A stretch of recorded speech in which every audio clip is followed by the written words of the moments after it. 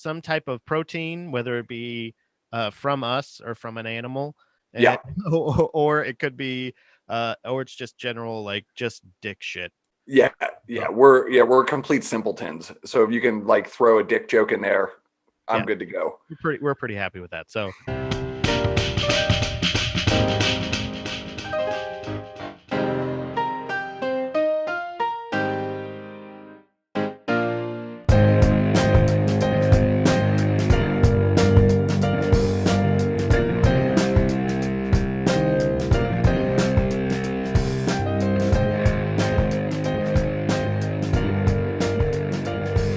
Hey Pat, welcome back to the next episode of the 6 a.m. podcast, man. I think I misquoted the last one as saying it was episode 2 or 3 or something, because remember the first episode was the pilot episode, so that was 00, Right. and then we had 01 and 02 is today. And I got to thank you for being. We're remote today because of work schedules and everything else. But we're still doing our best to bring you guys the best content in a timely manner, so that these episodes release on a Monday, man.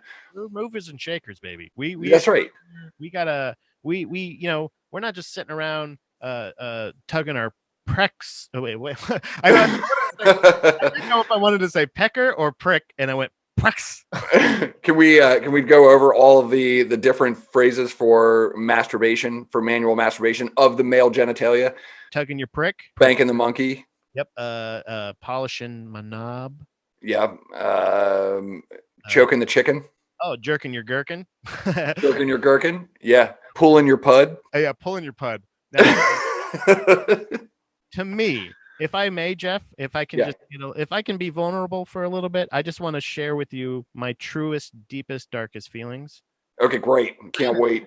I feel pud is the most acceptable, if not apt, name for a penis and or genitalia in general. Really? Yeah. Don't you think it kind of looks like a pud? You're like drying off and you just like look in the mirror and you're like, look at that pud. Okay, right. I mean, the level of disappointment that I feel, yeah, I would say that probably matches. Like a penis spud. It's like a penis potato. It's a pud. It's About like a rigid, like not to get too blue here, but I think cock when it's hard, I think it's like the perfect. It's like it's ready to go. Yeah. It's literally like a chicken, like like. But when it's like when you're out of the shower, it's a pud. Hey. I mean, I couldn't have. I mean, I can't disagree with you, man. I think it's right in the pud today, man. Holy yeah, right. Go back. You took one in the pud today, did you? It was one of those ones where you're like, oh no, it's cool, and then you started going again. You're like, oh, hold on, no, it's not cool. No, it's not okay. Yeah, this isn't all right. Well, let me ask you this question, Pat. You're going damage my pud. When it comes to jiu-jitsu and grappling, because as we do, like we're every day, we have our lesson first, and then we go to live rolling, which is live sparring. Do you wear a cup? Do you wear an athletic cup while you spar? I don't actually. When I do MMA, I usually wear a cup just because people have to. And shit like that, and it's kind of like it feels like for some reason it feels like more of a necessity. Even it is. Yeah, trust me. Because I caught one and I didn't feel it, and I know for a fact that would have been toes in the spud for sure. They would have been toe deep in my spud. No lie. So, but for jiu-jitsu, because it's not allowed in like competition and stuff like that, it's not. I've been trying to get more used to not wearing it, and I kind of just got used to not wearing a cup whatsoever, and just praying. You know what I mean? Like just really being conscious of my nuts. And today it was just it was like a scramble kind of thing, and it just happened. It was like one of those like, ugh, and it was kind of like, man, I don't know. It didn't scare me enough to go back to wearing a cup, though. How about you, though? Do you wear a cup? No, I don't. Not anymore. I used to be. I came from, a lot of my jiu-jitsu roots came by way of mixed martial arts. So I was used to wearing a cup, all the time. And then of course you weren't allowed to wear one for competition, which always made me feel weird and like strangely exposed. Yeah. but I mean, it makes sense because you can't, wearing a cup, if you've ever worn one while you're rolling, like it has a tremendous amount of leverage that you can use for things like arm bars in particular, because that arm is between your legs, and that becomes this like fulcrum point for breaking arms. I mean, it's a terrible place for your elbow to be if you're arm barring somebody. So that's why you can't wear a cup. And also, like, doing things like, moving north south, or hitting somebody's face or whatever with it, it could be really, really damaging. But I got in the habit here over the last couple of years of not wearing a cup, and I'm actually super grateful for it, because I think it's actually much more comfortable to roll without a cup. I found that the cup actually did more damage to my junk than not wearing one. It oftentimes can get like whacked into your. Yeah. You're rolling around. You're on your back. Your back. It's not going to always sit perfectly in. That's right. Be nicely, because the things pinched and all your bits shift around, and then it's like and then it's damage time. I mean, Yeah, I didn't grow up with like athletics and stuff like that, so I wasn't used to a cup for a long time. So I don't even know if I was wearing it right for a while before that. But now, were you wearing it upside down? Yeah, I was putting it on my face. So I was man. It was one of those things. I did have it up the correct way, but I think in MMA class I actually figured out, like, because you needed to move around a bit. Right. It makes a lot more sense now. Yeah. Yep. So yeah. Did you, like, something from behind you that was hanging on the wall just like fell and started swinging over top of your cat calendar? Yeah, I was wondering what the fuck that was. Like, that freaked the shit out of me. I was like, is my falling apart? Oh man. So Jeff, what are we here to talk about today, buddy? Oh my gosh, man, we got so. Well, first of all, I want to follow up from our last episode, because as we were talking a lot about skateboarding making it into the Olympics, and of course it happened this last week, and they had both the men's and women's street competition. And I have a lot of opinions about this, but this is not our main topic today. I just want to recap this. Just to talk about it a little bit, and as I watched it unfold. And to your point from the last podcast, man, I gotta be honest with you. It really, the competition itself, it's a street course. So like, it's not like they're actually out on the street, skating or anything like that. And it's very reminiscent of any of the skateboarding league competitions or the X Games competitions. So understanding, for those that aren't aware, like, competition skateboarding is different than like just street skating. When you go out and find spots to skate and film or get clips for that, it's a lot more regulated in that respect. And then you have judges that are, of course, trying to like judge the competition and give you a score and so forth. But shout out to everybody that skated, made the Olympics. It was pretty dope to see. For the women's competition, like, I don't even know, they were all between the ages of 13 and 16 that won gold, silver, and bronze. It was pretty impressive, man. That was pretty rad. But here's my favorite story about the Olympics, is that the day after the men's street finals were out, I was outside skating with my son, and one of my neighbors came out and was like, "Oh, did you watch the skateboarding competition?" I was like, "Yeah, of course I watched it." And the first thing he said was, "Too bad America didn't win gold."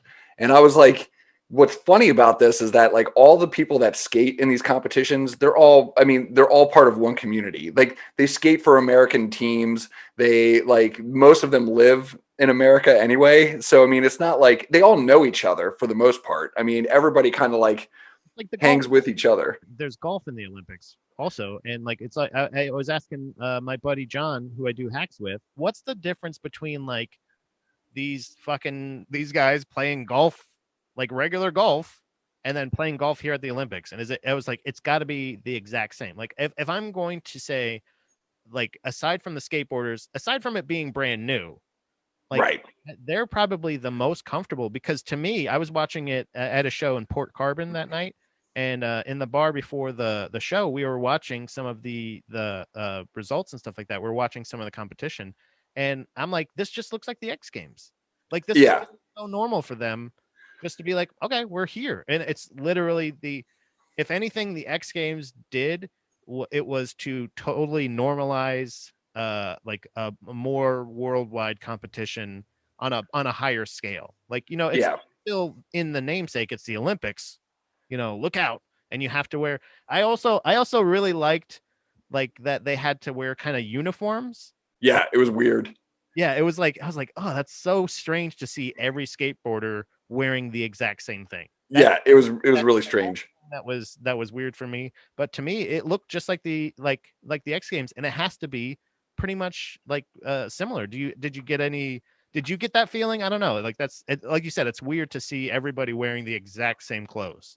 Yeah, I mean, like the thing about it is like for me, like I thought, first of all, I thought everybody did a great job, and like I thought it was, it went well as far as that goes. Yeah, but America didn't win the gold. Yeah, but we did anyway. I mean, Simone Biles. Nice going. I thought like overall it was, I think it was fine. And honestly, it didn't really make any tremendous waves as far as that goes. I think that the either you watched it or you didn't, which is typical of like all the Olympic events. You can't watch all of them at the same time. You go back and like recap. I watched that live for obvious reasons. It's something that I'm interested in and so forth. But I think generally speaking, it was just kind of like, okay, like, we just watched this. What's weird about it for me is that like, the nationalistic bent on the Olympics is kind of a strange thing for me. So you've got this like, to my neighbor's point, like, oh, America didn't win the gold. And I'm like, well, no, but we kind of did at the same time. I mean, like these guys, like, and none of those guys or none of those gals give a shit whether or not they won it for their country or not. I mean, I shouldn't speak for them, but I can almost guarantee you they won it for skateboarding. Maybe it's like if it was like an odd thing where like they don't have any streets there or something like that. Yeah. Oh, I'm the first generation, or I'm an Olympian. Something. Yeah, like yeah, no doubt. Yeah. It's probably just like cool. I'm glad that I could come here and compete with my friends. But like that's literally it. I think it was already on a national scale. It really didn't need for the exposure. Do you know what I mean? Right. Like, right. I think that's a really good point to bring up, is the fact of like, much like jujitsu, we'll get into our topic about that in a little bit. Yeah. You can take these individual sports and turn them into a team sport, and you can see how ugly it gets quickly. You know what I mean? You don't go, because is it like that in the X Games as well? Like, do they go by like, oh, USA, America, or is it just competitors? Isn't it? I mean, it's just competitors, right? I mean, you're looking at teams, you're looking at competitors. I mean, and again, these are like the competition teams. They're used to skating in competitions. Not every pro skater skates competitions. It's just not their jam, or they don't like it, or it's just not the way that they want to do it. Here's the thing about skateboarding, and then we'll like move on. Number one is this. I got to tell you this about Japan. So Japan like cleaned house with so far. The park contest is going to take place on August 5th, I think. So it had to get rescheduled. So that has not taken place yet. Just the street competition has taken place, and Japan won a lot of medals. But here's the funny thing: is that skateboarding isn't generally accepted in Japan yet. It's not a thing. So like street skating in Japan is very difficult because they frown upon it. The Japanese women, which is the women's street competition, is what I have here completed. Yeah. July 25th. So both gold and bronze were taken up in Japan, and that's a statement, because then saying, hey, maybe this should be more accepted here. Also, women's street prelim. Oh, that was prelims. Never mind. Yeah, it was prelims. Yeah. So yeah, they took away gold and bronze in a. It's basically like if, it's much like Cool Runnings. One of my favorite movies growing up. It's like the Jamaican bobsled team winning gold. It's kind of right. How did that happen? This is crazy. You don't even because is it like forbidden there, or is it just the fact that it's just not allowed? It's just frowned up. Yeah, it's just frowned upon. Like, it's like, okay, this is like, I think probably, and I couldn't speak to Japanese culture, but I would assume like some of it seems inappropriate to them from a culture perspective, like much the same way that it sort of has grown over in the States originally, where you have like, you have people like, oh, filthy skateboarders, you're destroying our stuff and blah, blah, blah, you're in the way. It's probably much the same way. What I thought might be interesting is I'll be curious to see if it has any effect at all, that that like when you're watching skateboard, one of my favorite things about skating is especially when it comes to actual pro clips where you're watching it from the perspective of that team. They go out into the street and they find these spots and they skate these spots and they do these amazing things, is the tries, the amount of attempts it takes to get that, to land that trick. So if you're watching skateboarding in the Olympics and they're landing it in the first try, that's really, really impressive. Yeah. It takes multiple tries to land really difficult tricks. And these guys, like, one of my favorite things to do is watch rough cuts of pro videos when they come out, because I love watching how many attempts it takes to get the clip that they want, that they put in the video. Yeah, right. I always see with those clips of like somebody like they throw a basketball behind them or something like that. Yeah. And they get it. It's like I've done one of those videos with a friend of mine, and I was like, it took like 17 million fucking tries. Yeah, exactly. Yeah. And then you act like, why do you think they're so excited? They're not so excited because that happened on the first try. No. Right. Level of excitement when you get it on the first try looks an awful lot like the level of excitement when you finally get it on the 100th try. Exactly. And that's what I think I really wanted, like, to if I can lend any type of perspective on skateboarding in the Olympics, is remember that you have to appreciate how many tries it's taken these guys and gals to nail these tricks on the first try in front of a worldwide audience. Is really, really kind of incredible. Like, it is not an easy thing to do. Like, it seems so, like, it seems so fucked up. The Olympics, like, not just like the COVID stuff. I'm not saying like that. I'm saying like the weirdest thing of like we're not even on the same page as a country, like, to go into the Olympics. It feel like I'm not trying to say like anything politically. I'm just saying right. Like the stuff, like the team sport stuff, it seems like there's so many more athletes that are willing to take their own perspective and their own kind of, like, they have their team, they've done it, but they're not willing to let somebody else, like, criticize. It's kind of like taking a stand in the sense of saying, like, you don't get to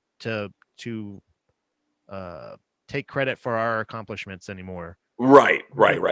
Decisions. If you don't like it, that's okay.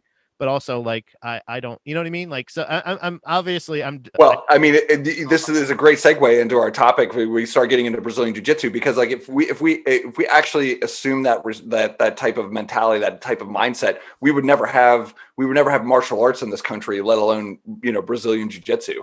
Yeah. Right. I mean, if it was like, oh no, that's, and don't get me wrong, like, we've, I think throughout the years, there are plenty of stories of which, like, martial arts were being taught in the United States, and the country of origin, whatever masters existed in that area, were like, you can't teach the Americans these arts. And, like, it's pretty fascinating. It becomes this thing where, it adapts and it evolves and it changes over time, based in its context, and its context is generally, geographically located to, like, where you would have different jiu-jitsu now. Like, if it was, so jiu-jitsu started in Japan, in a very like very brief and layman type of way of putting this, it got exported to Brazil. It went from Brazil and was adapted and evolved. Japanese jiu-jitsu evolved into Brazilian jiu-jitsu and then was exported to the United States. And then it is changed again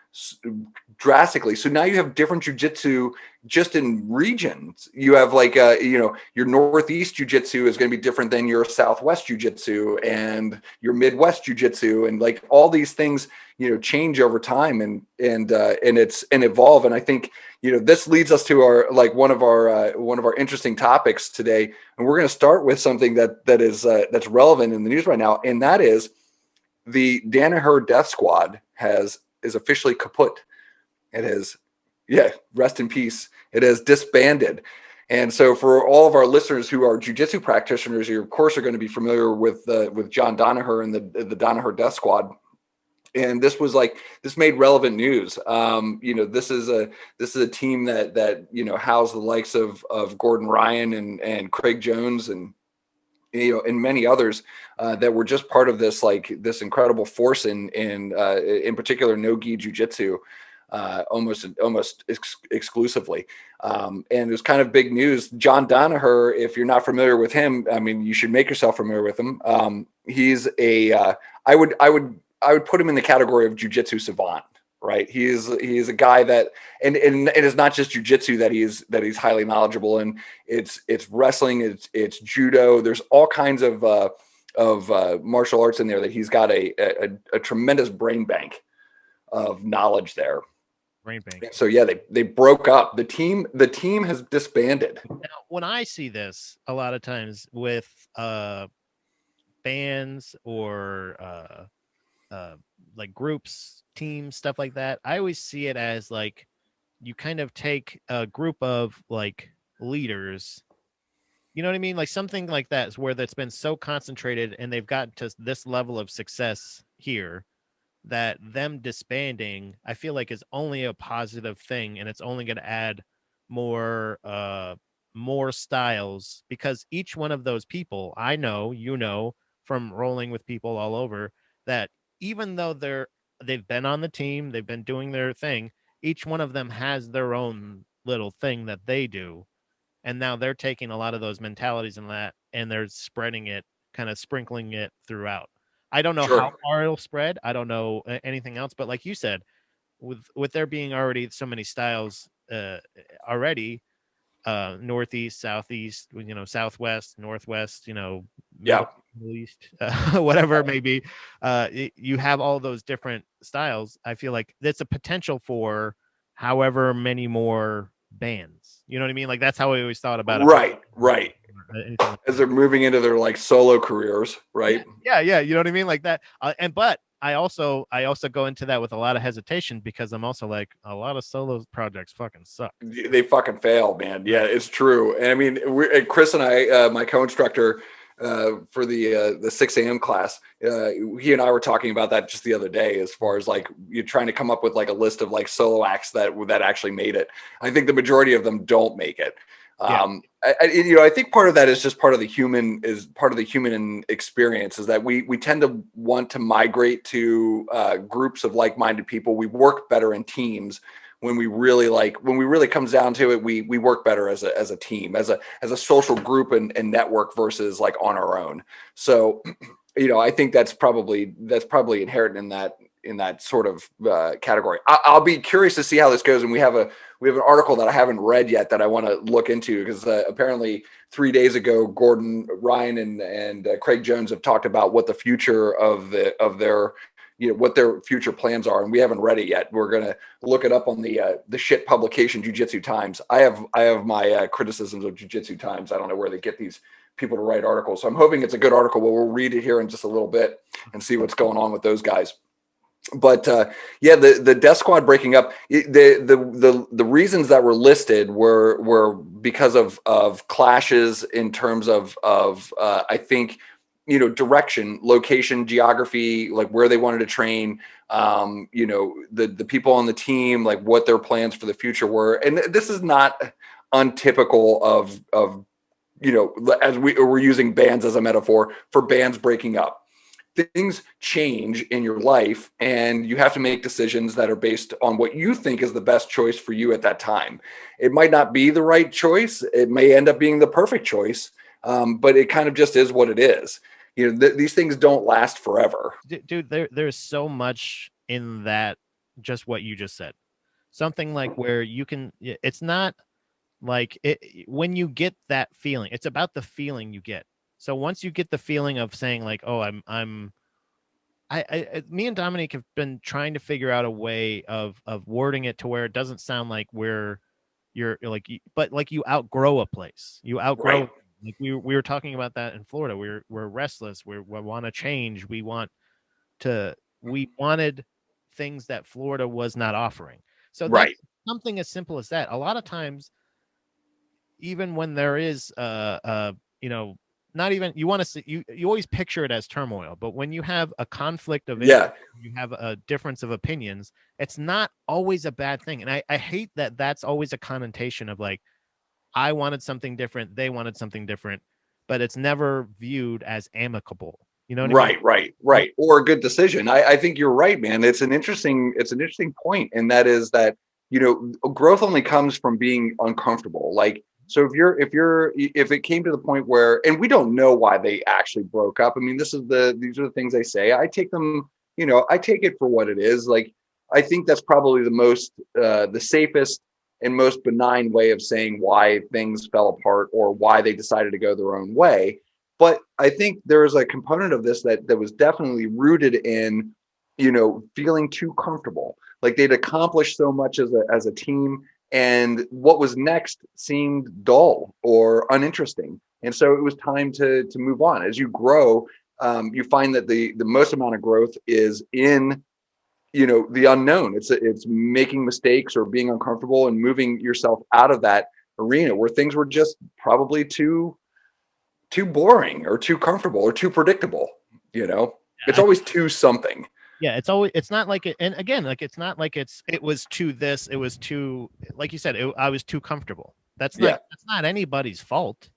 Right. You know what I mean? Like, but there always seems to be, like you said, why can't it stay the exact same? Like, why didn't you stay with that exact same person that whole, you know what I mean? Like any of those things, nobody ever sees it as a healthy decision. Everybody always sees it as like, oh, you're giving up or you're doing something different. Oh, you need something. Like it's never seen as that. I always do the dumb voice with that just because that's how I hear it. Of like, oh, well, you want to better yourself? Like, right. Dummy. Yes. Yeah. You know what I mean? Like there's no hesitation in my voice whatsoever. Yeah. And I always love that too, because there adds a little bit of mystery to it, even if there isn't any kind of conflict or anything. But I oftentimes like the decision to say like, none of your fucking business. You know what I mean? Like you're allowed to have that. Just because people are a fan of you doesn't mean you owe them everything. No, correct. And I would say too that there's like, regardless of whether or not you are a fan of the Danaher Death Squad or not, is not really the relevant topic. It's more about like there's an indisputable point in which they've revolutionized and changed jiu-jitsu forever. And maybe that's one of the things that led to the breakup. But like it's like this mission is accomplished. They did something that nobody else was, or I mean, I shouldn't say nobody else, but I would say that others have done before as well. But they've done it in a different way. They've revolutionized, and for them specifically, for that specific team, they've done something that nobody else has done. And so now it changes the game, and it changes the way that we looked at jiu-jitsu, and it changes all of our perspectives on that. And whether you like somebody like Gordon Ryan or not as a competitor or as a teacher of jiu-jitsu or a student of jiu-jitsu is irrelevant. You can't argue the fact that he has changed the landscape. Right. And as a result, you can't say that, John Danaher hasn't changed the landscape of jiu-jitsu. That's the thing. So once the team has had an effect, I think much like a band, it's hard. There's a lot of pressure combined to do something, sometimes shaking it up and saying like, what if we each try a thing? Right. And people grow up, people's wants change. People grow up and start families and do like literally things change. My wife wants to move to Seattle, so you know what I mean, like exactly. It could be anything. So it could have been any of that stuff, right? It's still one of those things that people are taking to heart because it was their thing. It was their thing as well. But this is just a reminder that it was never your thing. You can be a part of it, but also find your own thing. Maybe start your own Death Squad. You know what I mean? Like you could start a Jeff Beck death deck. I like the idea of like death being in there. Yeah, death deck. It's always on our minds as human beings. It's the number one thing we're obsessed with. So death. And then we also simulate it multiple times a day. Yeah, we do simulate death. It's kind of true, which, by the way, leads us here to this article. I'm going to read this article, and we won't be doing this a lot, guys, on our podcast where we read live these articles, but we'll give this one a go and see how it functions. This is in relationship to what Craig Jones and Gordon Ryan are doing. So if you haven't heard the news yet, then you're getting it here first in this podcast. So the article from Jiu-Jitsu Times reads, in case you missed it, the Danaher Death Squad, aka the elite team of grapplers. I don't know why it's not actually also. This is what I'm talking about, man. This is not an AKA. Okay. Yeah. The elite team of grapplers led by John Danaher and including names like Gordon Ryan, Gary Tonin, Nicky Ryan, which is Gordon's brother, Craig Jones, Nicky Rodriguez, and Ethan. I don't actually know this guy. Crelisting and more has broken up. So we already know that stuff, but that's not an AKA, man. Yeah, when you say it's not an assumed name, knows them also by those all. Was all of that in quotes also? Like also? No, it wasn't in quotes, but it's like AKA the elite team of grapplers. No, it would have been an AKA would have been DDS, referred to as DTS, Anyway, the news shocked the jiu-jitsu community over the weekend. We were all shocked. I couldn't believe it. With many grappling fans and practitioners wondering what would come next for the famous athletes that made up the squad, which would have been also an AKA, but they're not actually known as the squad. Okay, well, anyway, while not everyone has revealed their next steps, Gordon Ryan and Craig Jones have given their followers some inkling of what they plan to do next. The elder Ryan brother shared the news that he has plans to open his own BJJ Academy in Austin, Texas, a decision that is hardly surprising given Ryan's continued involvement with the Austin-based company Flow Grappling. In the social media post, Ryan acknowledged that it is thus far unclear who among his teammates will be joining him. Okay, so then they give him the post. I'm not reading the post. Jones, for his part, shared that he will continue training with Rodriguez, I can't pronounce his name. We already established it. Crelinstein and Nicky Ryan. The goal remains the same, he said in a social media post, affectionately referring to the four athletes as the B team, though further specifics weren't shared by any of the four grapplers. The location of the post was also tagged as Austin, Texas. So they're going to be in Austin, Texas as well. So that was it. That was the whole fucking article right there. Okay, so yeah, we have a classic super group deal going on now. So we have something much like where, not so much where each band member is going to start their own band, but we have something more of like this is more like Sparta and At the Drive-In coming out of. Oh wait, no. Right, exactly. Yeah. Yeah, it could end up being like a side project, that just takes over. What about John? Is John Danaher just? He's like, oh, I'm just gonna stay where I'm at. Like it was my squad. So like, why can't he have a new squad? Or is it gonna? He might. Yeah. I can't imagine. I mean, it might be something of that nature where he's like, at some point, and he's mentioned this before. John is crippled. I think it's his right leg has been crippled for years, and at some point it's just going to stop functioning. And I don't know, I don't know to what extent that injury has prevented him from continuing to teach or to grapple himself.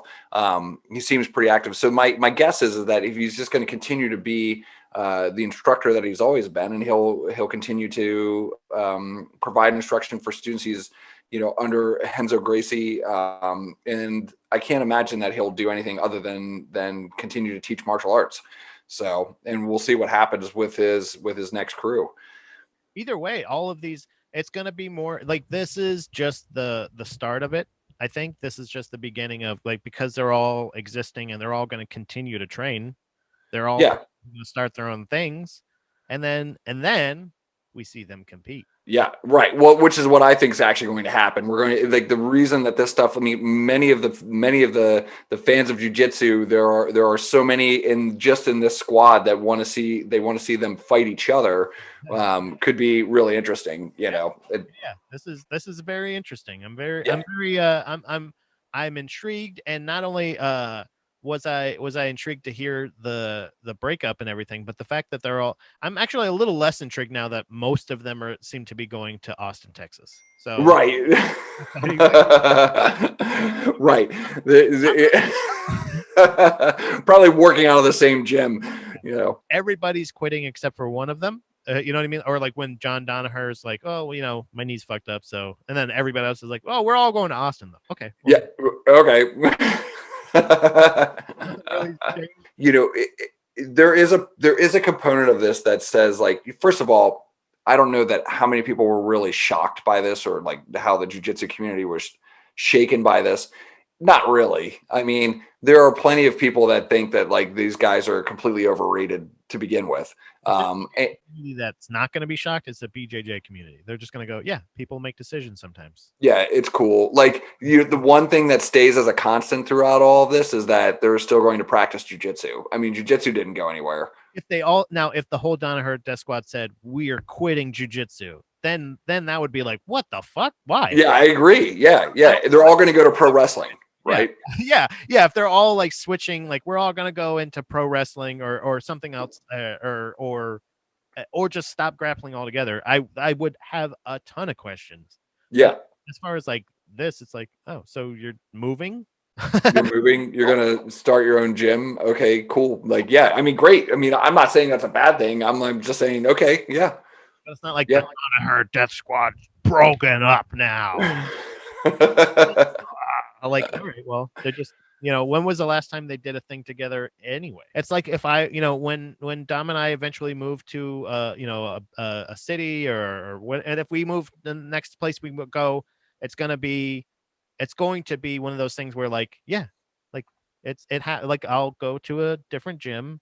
It's not like, oh, he's leaving this gym. He's going, like, nope, I didn't quit this gym.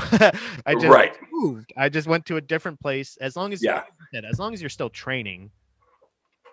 I think that's the most important thing, guys, is that like when we're talking about this, the I think the, sort of the topic is for what we're driving at today is getting into the weeds about innovation and how that functions and how that works and operates, in every component of like life. But in this particular case, we're talking about jujitsu. If they decided, I think if they decided to just stay as a group and it was insular and this is how it functioned, like they're just, at some point the innovation would stop. The growth of knowledge in jiu-jitsu would cease in respect to like, how they, or I shouldn't say in respect to, it should say in comparison to what they could accomplish if they go out on their own. It's not that it's limiting or not limit. It's just different. It literally is just them wanting to do something different. And the fact that it must just be a really slow jiu-jitsu news day. Well, if you read the Jiu-Jitsu Times, it usually is. So, I mean, we get this. This happens. Every couple of years, where we get this. We have somebody that breaks away from the pack, that says, we're going to do this. We're going to do this thing, and we're going to do it differently. And they're going to do it differently, but the same, right? So yeah, I mean, everybody's familiar with Eddie Bravo. Right. Speaking of innovators, like, and like, yeah, I think, part of it feels good to me that there are people out there that are like, they just want to do things their way. They want to take what they've learned and they want to change it into something else. And it's not too far away from what you've known and loved. But I mean, speaking of no-gi grappling, I mean, that's what 10th Planet Jiu-Jitsu is. It's not, they don't grapple in the gi. They grapple no-gi. And they Eddie Bravo and 10th Planet Jiu-Jitsu revolutionized the game. Whether you like it or not makes no difference. It's the fact that they did it. And they were like, fuck it, I'm just going to go do what I want to do. As far as Eddie Bravo's style, like, I am on board with it. Like, whatever his views are, his personal life, I don't fucking, whatever the fuck that is. Oh man, we could do a whole podcast on your personal views versus like how I feel about jiu-jitsu. Yeah. But that's the thing is, if I remember, didn't Eddie Bravo invent the twister? Right. Correct. Yeah. Jiu-jitsu did, at least. You know what I mean? Yeah. Like, that's the thing of like, I love inventing new ways to make people make weird noises. Right. And certainly you're going to find somebody that goes back into the archives of Japanese jiu-jitsu and was like, oh, the twister, Eddie Bravo didn't invent the twister. This cat from like 16th century Japan invented it, and they have it in this scroll somewhere, where like, right. Here's the thing about inventing things is that like there are like marvels of invention where you're like, okay, this particular thing has never been done before. But the ideas in and of themselves are typically things that if you think it, there's probably a pretty good chance that there are like millions of other people who have had the same thought. Right. So And that's like that's just part of the human existence. So of course, like, it makes sense. The worst, I'll tell you what, this is how it works. The worst is I'm a graphic designer for a living, okay, and I'm a proud graphic designer. I love graphic design. I love being a graphic designer, and I pride myself on making, like, the last 25 years of my life as a professional designer. And there's nothing worse than having this great idea and then seeing some motherfucker do it before you do it. You know? But it speaks to the fact that, like, if you have a good idea, it's a good idea, period. Like, it was a good idea. So certainly somebody else is also thinking that same thing, right? That was a good idea. So I don't think that Eddie Bravo, for instance, went back to to some sort of, like, Japanese archive, stole that idea and was like, I'm going to call it the Twister and it's going to be mine. No, it makes sense that his evolution of jiu-jitsu led him to this position that he had not seen before. And then extrapolated that into whatever system or whatever move or whatever position, and he named it as such because he took pride in discovering that for himself. We talked about that a little bit in the first podcast, where Rick was talking about grappling being human chess, and thinking that, like, he had created this idea. I think that's the thing. That's the point. Is, like, you did come to that realization of, like, yeah, on your own, along with the influence of, like, all the other people that have thought the same thing, right? There is a collective consciousness around it. I like the fact that if it's truly, because that it's just really your perspective. Again, like, that's the biggest thing, is how you think of that. It also translates into comedy as well. I love stand-up comedy. I love performing it. But right. The more that I've gone into performing, it seems like the less I'm taking in fear of taking in a joke or to, like, absorbing someone's material or something like that. Because there's been so many different comedy specials that I've seen that when I do watch them, somewhere in there is not only the same premise, but very similar jokes to what I'm doing. And right. Me going, like, fuck, I can't do that fucking joke anymore. I go, holy shit, this person has a fucking Netflix special, has nearly the same fucking joke I had. And I know for a fact I did not get that from them. So if I am of the same mindset, great minds think alike. Of course they do. And I will not only have another, like, I'm on the right path. And we as human beings, we tend to, like, compare ourselves, or we compare others to other people that we know, that we discovered, prior. So for instance, like, you may have invented that particular joke or that genre of comedy, right? It's possible that you did it and I didn't know who you were, but I saw somebody else perform it. And so when I meet you, my first instinct is to say, oh, you're just like this person that I saw first. Right. Not knowing that you had come up with that before that person, right? Yeah. And so this is why, like, for me, especially in the world of jiu-jitsu, and when we're talking about, like, innovation, is, like, it's okay for you guys to just take pride in the work that you're doing and be like, look what I have created. Yeah. You know what I mean? Yeah, because that's the excitement of the thing that I'm still proud of getting to that point. Whether it be I've kind of uncovered this ancient move that hasn't been spoken of in years or whatever in my circle. And that's the thing is again, perspective. If you realize, there's no real nice way to say it, you're not special. You know what I mean? Nobody's unique. It's a relief, actually. Yeah. Nobody is unique. You're not special. Nobody's fucking out to get you. There's nothing. Yeah. There's nothing special. And not saying that there's nothing special about you. It's saying that you are not one of a kind. Right. There are, believe it or not, there are people that like those weird things that you don't tell anybody you like.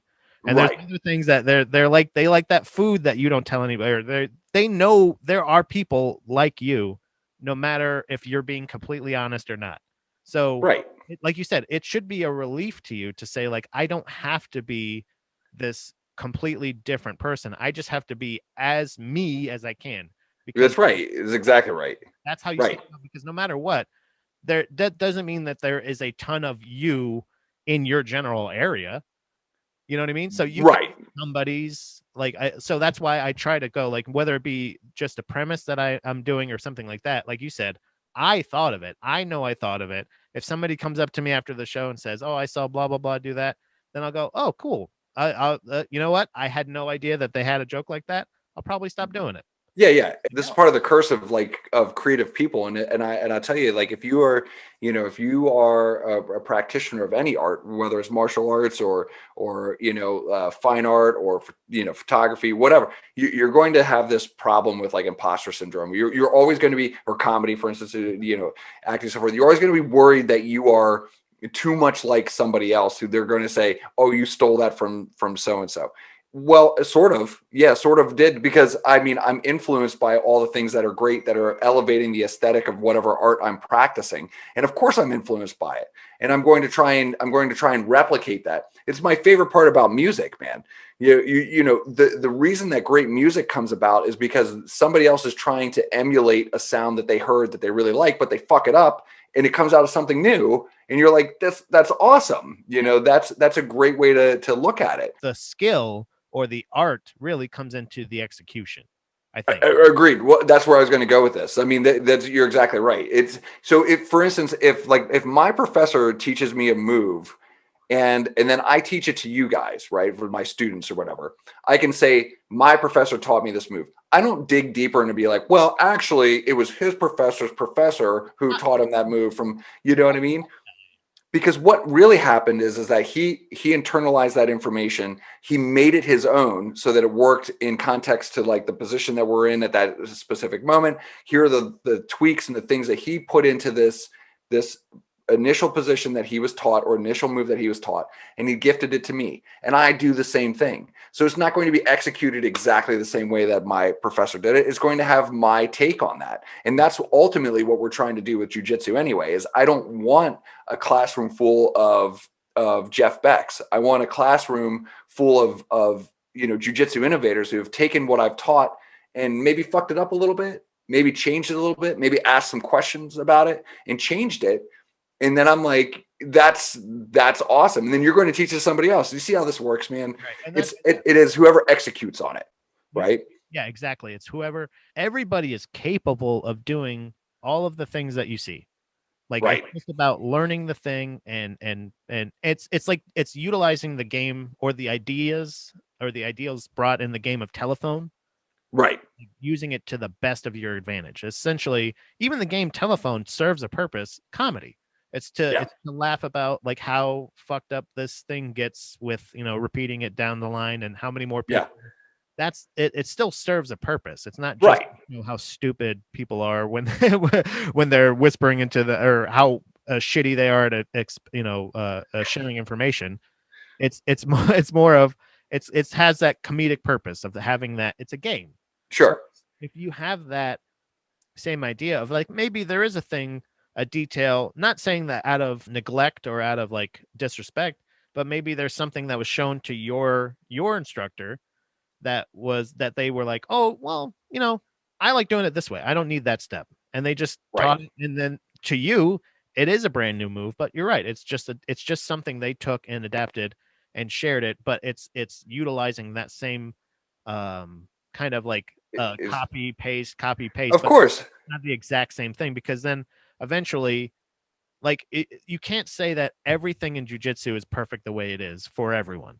No, it can't be. Other people.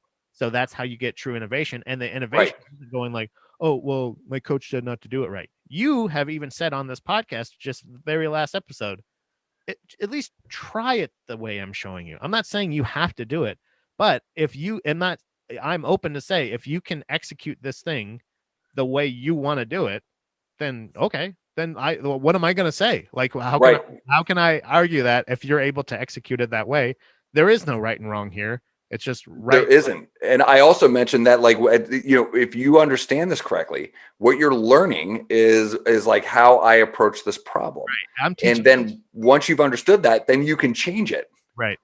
You can make it your own, but all of it, of course, is steeped in a fundamental understanding of like position and base and like a core knowledge of like how leverage works and how these things function.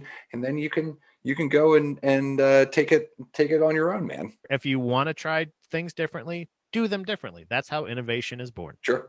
But that brings me into thinking about what's been on your turntable? Oh, okay. So what's on my turntable right now is the last record that my dad got me before he passed away, and it's Wes Montgomery. And Wes Montgomery was a jazz guitarist, and so for all of our listeners out there, I am a huge fan of jazz music. I love jazz music, but I love soul, I love R&B, I love rhythm and blues. I love the blues. So I like a lot of those like roots oriented sounds. This kind of music I listen to on a regular basis. So I do listen to other things other than punk rock and underground hip hop. But the Wes Montgomery record is he got that record for me as like a box set on vinyl, and it's it's been sitting on my shelf, and I listened to it when I first got it, but I just re-listened to it here a couple of weeks ago, and then again this week. It's literally on my turntable behind me right now, and like what a gem of a record, man. It's just, it's a series of 4 records, but it's fucking awesome, man. And what a cool gift to have. Like a lot of times people put a lot of they put a lot of meaning besides what did your father leave you or anything like that. But like that, a true good, like being gifted something like that, like no, doesn't it, like he created an heirloom. Sure, yeah, for sure, for me, yeah. And now, don't get me wrong. I mean, my dad bequeathed to me his entire record collection, and in that collection is a whole pile of shit that I don't want to listen to. He's like, "Oh, this is a great record," and I'm like, "It's really not a great record." But in there are these, like, again, this speaks to our discussion on innovation. Like, I mean, you're going to have a lot of failure in there, and every now and again, you're going to get this gem, right? When you're skateboarding, you're going to fall and fall and fall and fall, and then you're going to land the trick, and it's going to be like, you landed that motherfucker. It's awesome. And so, like, in this one, there was he knew I think he knew he was definitely in tune with like something that I would like, and really, it just kind of like, it's just mind blowing. So if you guys never had the opportunity to listen to Wes Montgomery, I highly recommend it. Yeah, well, that's what on your turntable. On my turntable, what's on your turntable? I heard a song, and I couldn't think of what the song was. It was, I was listening to a radio show, and I'm trying to figure out, and I'm asking Dominique, what's that song? It goes, and I'm like giving, when you start asking her questions. Questions, and you can think of every detail of it. It's a song by Nirvana. I know it was Nirvana. It was a song that you've heard a million times. You know the you know that song? No, but go ahead. You don't know? Okay. It's a song that I've heard a million times. It's a song I've heard covered a million times. It's all this stuff. I finally just took the time and looked it up. Just listened to as many Nirvana songs as I could. And the song that I couldn't think of, found it out on the day of my semen analysis, was called Breed by Nirvana. Okay, there you go, man. And on the cover of the album is the Naked Baby. Is the Naked Baby, right? I told them that's the album Nevermind. Is that the name? Yeah. Okay. Yeah. So I heard the song. I was on my way to that show in Port Carbon, and I was trying to think of that song. And we basically listened to every Nirvana song on the way to Port Carbon, but that song. And the day that I found out the name of the song was the same day of my semen analysis. So it's I gotta tell you, I don't know if it's meant to be, but it could be a sign. But not only are we talking about innovation in that band, Dave Grohl, obviously, right, which you're a huge fan of. Huge fan of Dave Grohl, came from that band. All of those old drum tracks that he was doing for Nirvana were just basically drums from old like classic rock bands that he listened to, that he loved.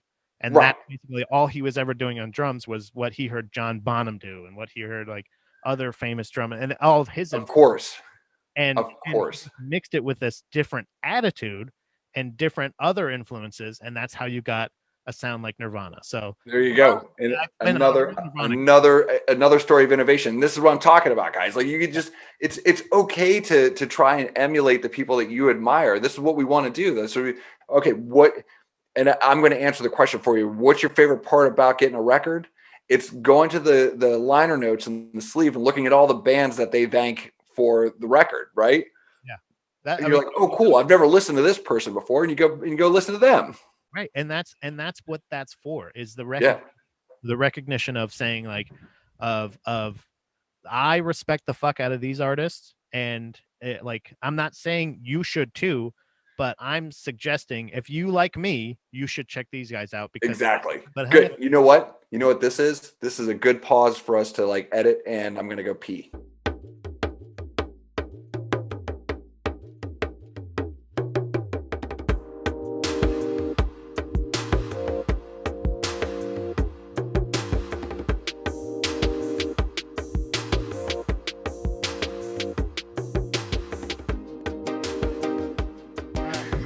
You can always submit your Ask a Black Belt questions to babymermaidproductions@gmail.com, or every once in a while I pop it up on the Baby Mermaid Productions Instagram. So either follow that or email there. You can always drop a question in the comment section as well on the video or on the podcast. Make sure to review wherever you are. But we do have a couple questions from a jiu-jitsu practitioner himself, Robert Duffield.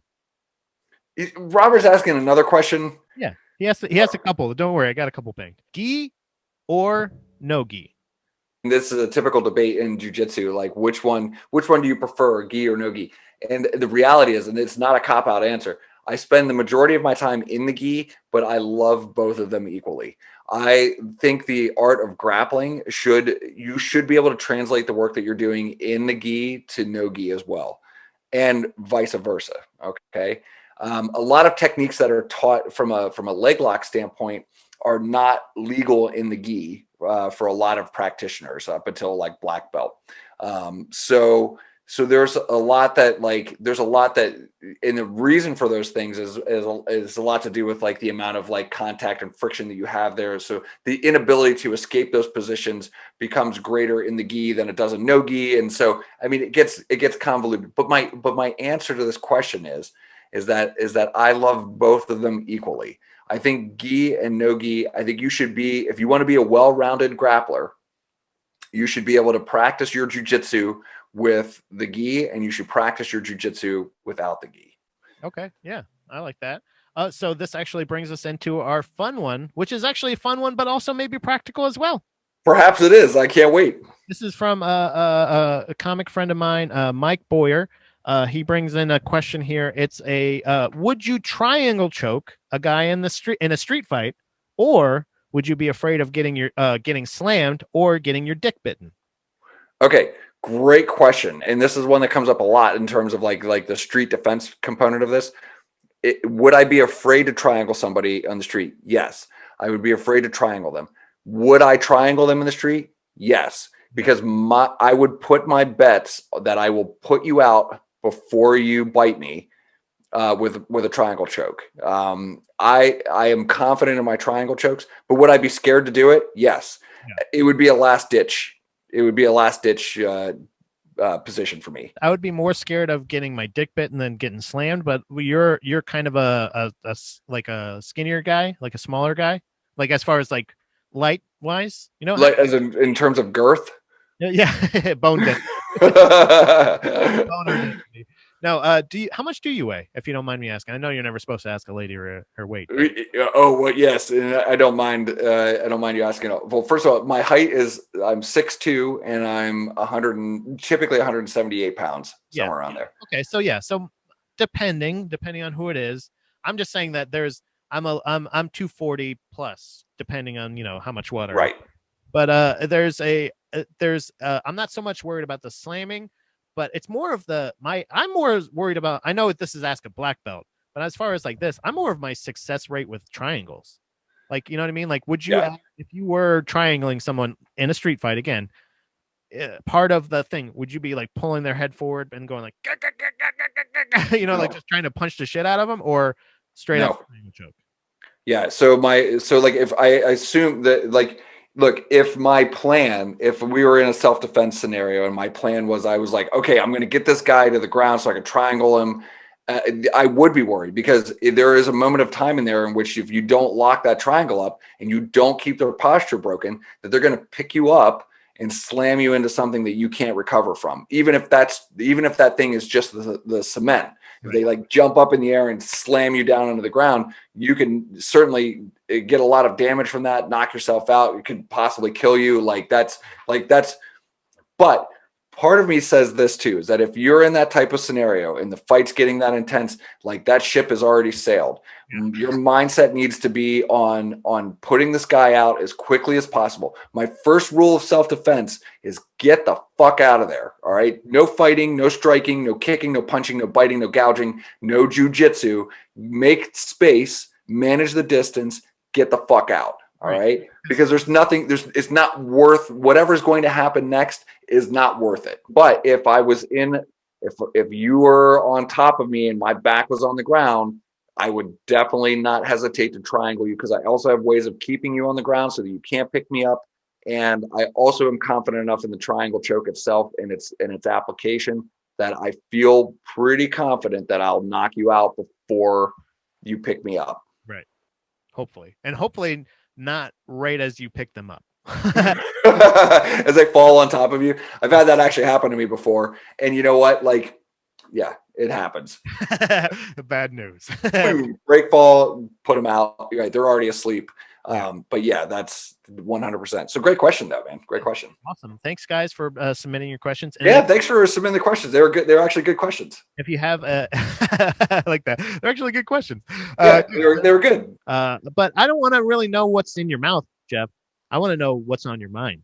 Ooh, listen, we're not going to do this as a regular segment for the podcast, guys. We're going to we're going to shout this one out to Luke. We love you, Luke. And we thank you for harassing us to get back on the air and start making podcast episodes. We're going to do what's on your mind just for you today. And here we go. When we're talking about innovation and reputation and like what people know about you and all this, I had this crazy thought this week that like, it doesn't fucking matter, because here's what happens after you die. All right. You're dead.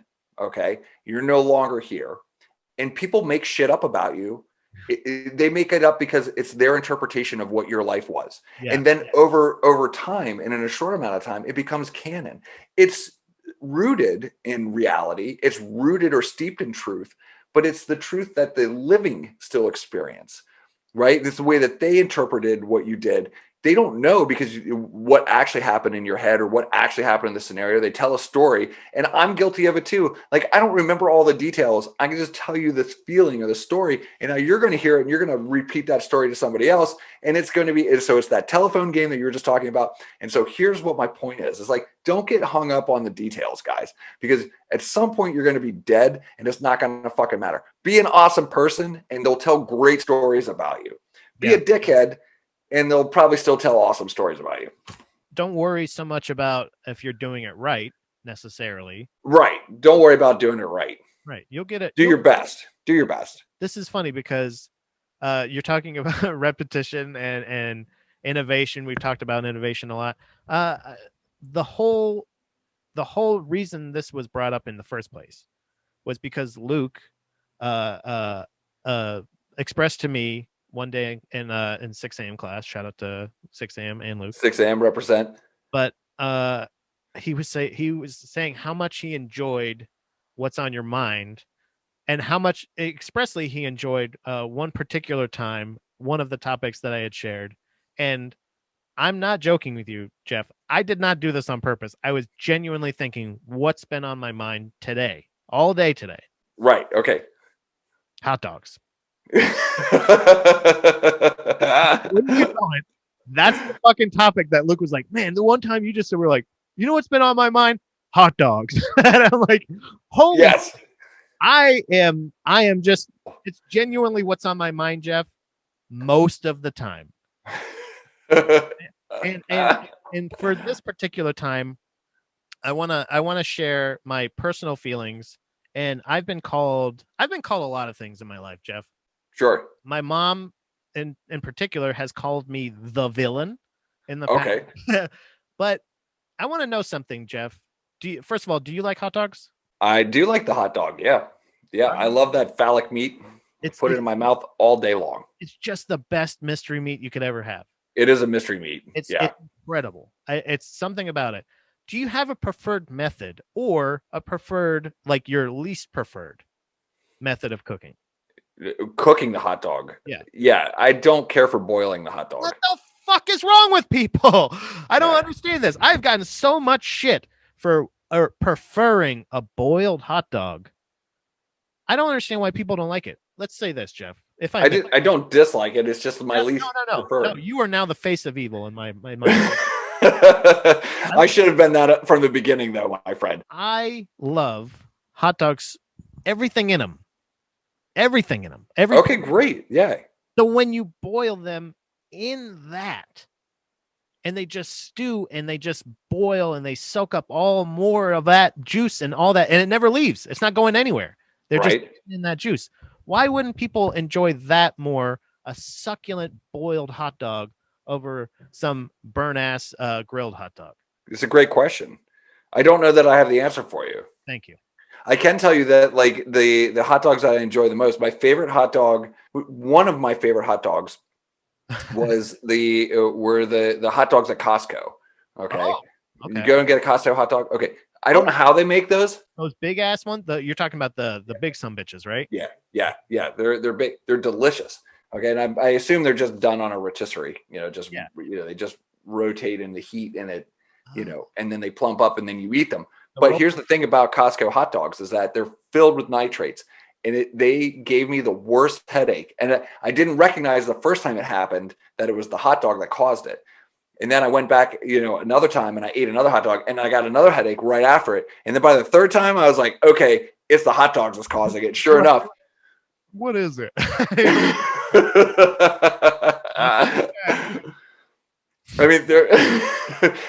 There was a serious debate as to whether or not I should just go for it anyway. Maybe over time my head would acclimate to this because they're really good. They're really good hot dogs. Like, you know what it'd be me the next time after I discovered it was the hot dog, Jeff? I would go back in there and I'd go, 1 hot dog and 2 Tylenol, please. You're a problem solver. This is it. I think that's so funny because you're getting meat sweats from Costco. And you're just like, what the fuck, man? My head hurts so bad.